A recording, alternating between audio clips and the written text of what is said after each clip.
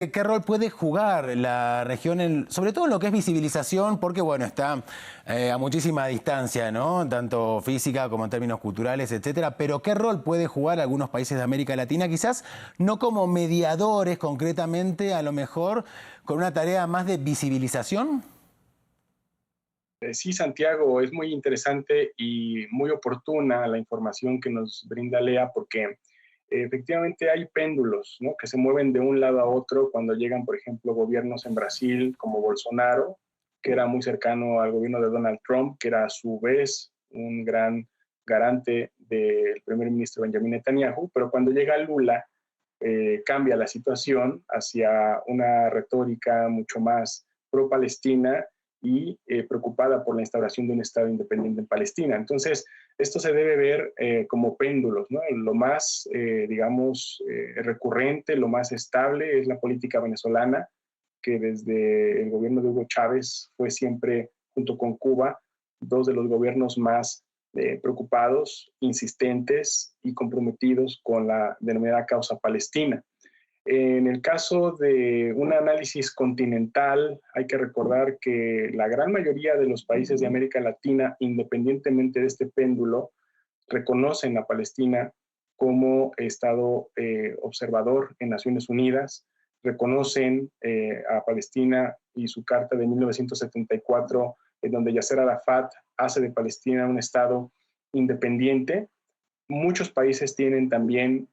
oficinas diplomáticas en Ramallah y también hay una correspondencia por parte de Palestina en diferentes capitales, inclusive con México, que es un país que todavía no reconoce formalmente a Palestina como Estado. Aquí tenemos una oficina diplomática que Palestina acaba de graduar a oficina del Estado de Palestina, esperando que México haga este reconocimiento lo más pronto posible. Pero claro, las relaciones diplomáticas que tiene México con Israel hace que el gobierno mexicano sea muy cuidadoso para llevar a cabo este tipo de decisiones y siempre apegarse al derecho internacional. En pocas palabras, América Latina, junto con países como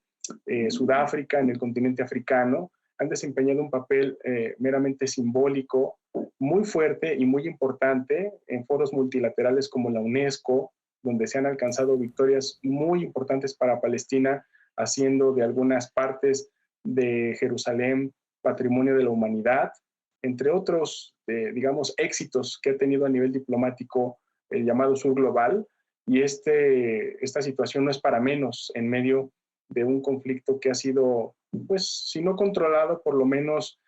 sí ha sido liderado por una serie de narrativas occidentales que ahora empiezan a evaporarse debido a esta proliferación de narrativas en los medios de comunicación que vemos ahora, ¿no? Ya no nada más es la prensa estadounidense, sino ahora está la prensa rusa, la francesa, la china, y en sí hay una proliferación de formas de pensar y de perspectivas que evidentemente ayuda a romper la narrativa, digamos, dominante, que hasta hace unos años provenía solamente de Washington y de periódicos de alto alcance como The New York Times, entre otros, ¿no? Ahora esto ayuda a visibilizar y por lo menos a reflexionar el relato dominante que ha prevalecido en los últimos 20 años. Moisés, estábamos hablando de las relaciones diplomáticas a nivel de los estados, de los jefes de estados, pero también yo le quería preguntar si usted piensa que a nivel de las poblaciones, si el contexto de violencia, las narrativas violentas que hemos visto en el continente latinoamericano,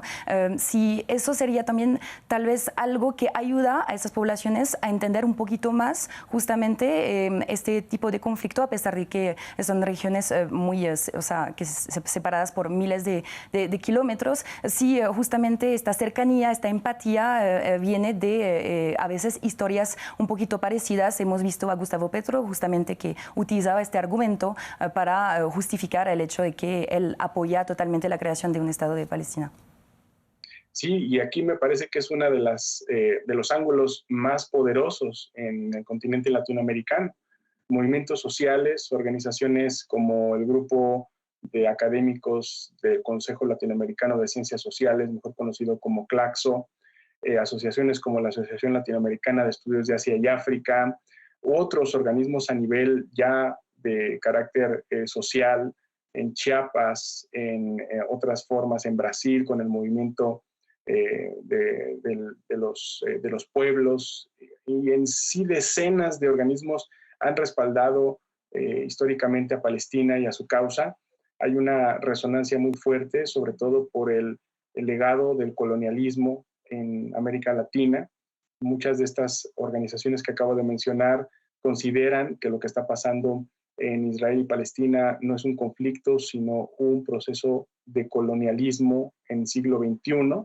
y hablar de esto implica pues dar evidencias de cada una de estas injerencias militares que hemos visto, checkpoints, puestos de vigilancia, violación de derechos humanos, en fin, una serie de atrocidades que hemos estado documentando a lo largo de muchos años, y que para estos movimientos no son otra cosa más que una evidencia de un proceso colonial en marcha. Eso explica a grandes rasgos por qué mucha gente en América Latina de base, es decir, movimientos sociales, apoyan la causa palestina y son sumamente solidarios al hacer eventos, conferencias, invitar profesores, activistas, gente de la sociedad civil palestina a relatar sus experiencias, ¿no? Para tratar de comprender mejor, fuera de estos medios que acabo yo de mencionar, pues cómo viven las poblaciones palestinas este día a día en una situación de ocupación, y eso lleva a fortalecer los lazos entre estas comunidades y los movimientos sociales en América Latina. Es algo muy similar a lo que pasó con el movimiento del apartheid en Sudáfrica.